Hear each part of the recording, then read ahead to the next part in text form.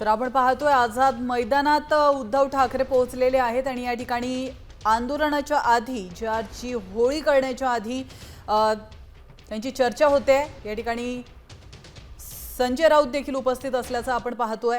तर मनसेचे काही नेते आहेत, स्वतः उद्धव ठाकरे या ठिकाणी उपस्थित आहेत। तर आपण काही वेळापूर्वी पाहिलं नाशिकमध्ये आधीच जीआरची होळी करण्यात आलेली आहे। हिंदी भाषा सक्तीला महाराष्ट्रभरामध्ये विरोध केला जातोय। सर्व पक्ष एकत्र येऊन हिंदी भाषा सक्ती विरोधामध्ये आंदोलन करताना पाहायला मिळतात। यावेळी पुन्हा एकदा वळूयात आपले प्रतिनिधी गिरीश कांबळे यांच्याकडे। गिरीश, आपण पाहतोय उद्धव ठाकरे हे आझाद मैदानामध्ये पोहोचलेले आहेत आणि या ठिकाणी त्यांची चर्चा होते। नेमकं या ठिकाणी काय घडतंय? अभ्यास केंद्र आणि समविचारी संस्था यांच्या वतीने प्राथमिक शिक्षणातील ज्या तिसऱ्या भाषेच्या सक्तीविरोधात आहे ते या ठिकाणी जो जीआर काढलेला आहे, शासन निर्णय काढला आहे, त्याची प्रतिकात्मक होळी केली जाणार आहे आणि त्यासाठी उद्धव ठाकरे आहेत ते पोहोचलेले आहेत। याशिवाय आपण बघितलं तर काँग्रेसचे प्रदेश सत्ता आहे, प्रकाश रेड्डी आहेत, या तसंच मनसेचे नितीन सरदेसाई देखील या ठिकाणी पोहोचलेले आहेत आणि मराठी पत्रकार संघामध्ये सध्या या सर्वच नेत्यांमध्ये आणि जे कलावंत आहेत, मराठी कलाकार आहेत, याशिवाय लेखक दिग्दर्शक सर्व आहेत ते जे उपस्थित झाले त्यांच्या या सर्वांमध्ये या ठिकाणी आता ही बैठक सुरू आहे, चर्चा सुरू आहे। या चर्चेनंतर काही वेळातच जो शासन निर्णय काढलेला आहे त्याची होळी आहे ती केली जाणार आहे आणि त्यापूर्वी या ठिकाणी उद्धव ठाकरे सर्वच नेते हे आता सध्या चर्चा करत आहेत।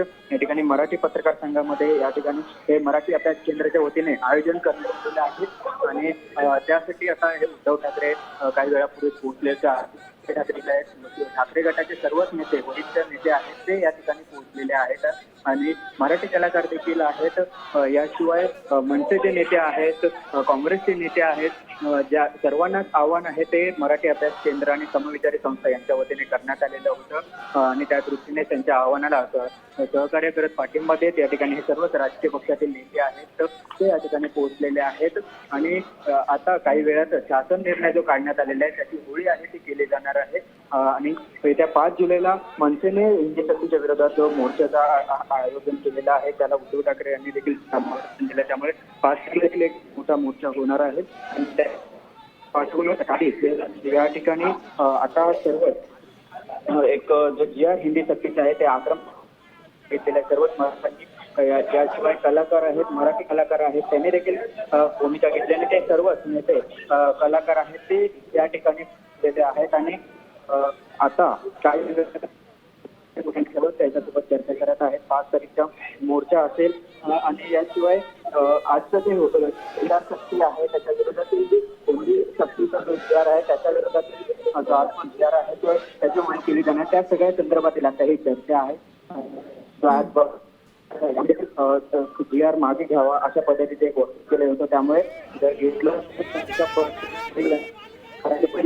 काय करायला हवं याबाबतची चर्चा आता या सर्वच बैठकांमध्ये होत आहे। या सर्वच जे मान्यवर आहेत त्या मान्यवरांमध्ये ही बैठक सुरू आहे आणि या बैठकीनंतर या ठिकाणी हिंदी सक्तीच्या संदर्भात जे शासन निर्णय काढण्यात आले त्याची होळी या ठिकाणी हे म्हणजे पत्रकार संघाच्या समोर या रस्त्यावर केली जाणार आहे। ठाकरे गटाकडून या ठिकाणी जो जीआर काढलाय त्याचा एक प्रतिकात्मक पुतळा आहे तो तयार करण्यात आलेला आहे आणि त्याचं दहन केलं जाणार आहे। या ठिकाणी मोठ्या संख्येने कार्यकर्ते देखील या परिसरात जमा झालेले आहेत। एक आक्रमक भूमिका आपल्याला या ठिकाणी सर्वच राजकीय पक्षांची पाहायला मिळते, विशेष करून ठाकरे गट आणि मनसे यांची आक्रमक भूमिका आपल्याला पाहायला मिळते। दीपक पवार जे मराठी अभ्यास केंद्र चे प्रमुख आहेत त्यांनी या ठिकाणी हे पुढाकार घेत सर्वच राजकीय पक्षांना, राजकीय संस्था ज्या काही संस्था आहेत, सामाजिक संस्था आहेत त्यांना आवाहन केलेलं होतं आणि त्यांच्या आव्हानाला प्रतिसाद देत या ठिकाणी सर्वच नेते आणि सर्व समविचारीच्या संस्था आहेत ज्यांचे हिंदी सक्तीच्या विरोधात ज्यांनी भूमिका घेतली हे सर्व त्या ठिकाणी पोहोचलेले आहेत आणि त्यामुळे आता एक मोठ्या संख्येने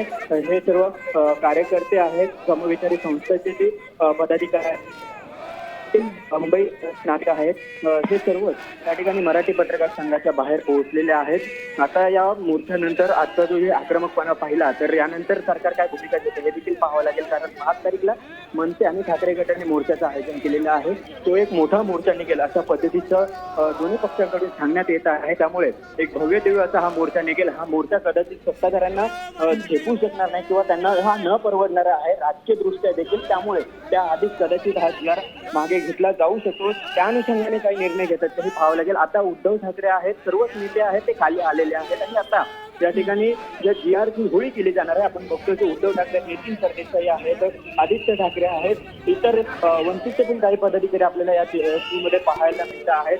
मोठ्या संख्येने कार्यकर्ते आहेत दोन्ही पक्षाचे, सर्वच पक्षांचे हे सर्वच हे आपण बघतोय की या ठिकाणी जमा झालेले आपल्याला पाहायला मिळतात. आणि काही वेळातच जे शासन निर्णय काढलेला आहे सरकारने हिंदी सक्तीचा, त्याची होळी आहे ती केली जाणार आहे. आणि काही वेळात त्या ठिकाणी आपण बघतोय की उद्धव ठाकरे पोहोचलेले आहेत. उद्धव ठाकरेंसोबत काँग्रेसचे प्रदेश अध्यक्ष आहेत, नितीन सरदेसाई आहेत, ते देखील आहेत. त्या ठिकाणी मुंगेकर, भालचंद्र मुंगेकर आपल्याला पाहायला मिळत आहेत. ते देखील आहेत. काँग्रेसचे नेते असतील, मनसेचे नेते असतील, इथे इतर सर्व राजकीय पक्षांचे नेते या ठिकाणी झेंडा, कोणताही झेंडा नाही, फक्त मराठी हाच अजेंडा या ब्रीदवाक्यावर सर्वजण या ठिकाणी आलेले आहेत. मराठी हिंदी सक्ती केली जाते आहे ती नक्कीच. गिरीश, तुम्ही असेच आमच्या सोबत राहा. तुमच्याकडून अनेक प्रश्नांची उत्तरं मिळवायची आहेत. या क्षणाची लाईव्ह दृश्य तुम्ही साम टीव्हीच्या स्क्रीनवर पाहू शकता. आता isakal.com आहे देशातील नंबर 1 ची मराठी न्यूज वेबसाईट.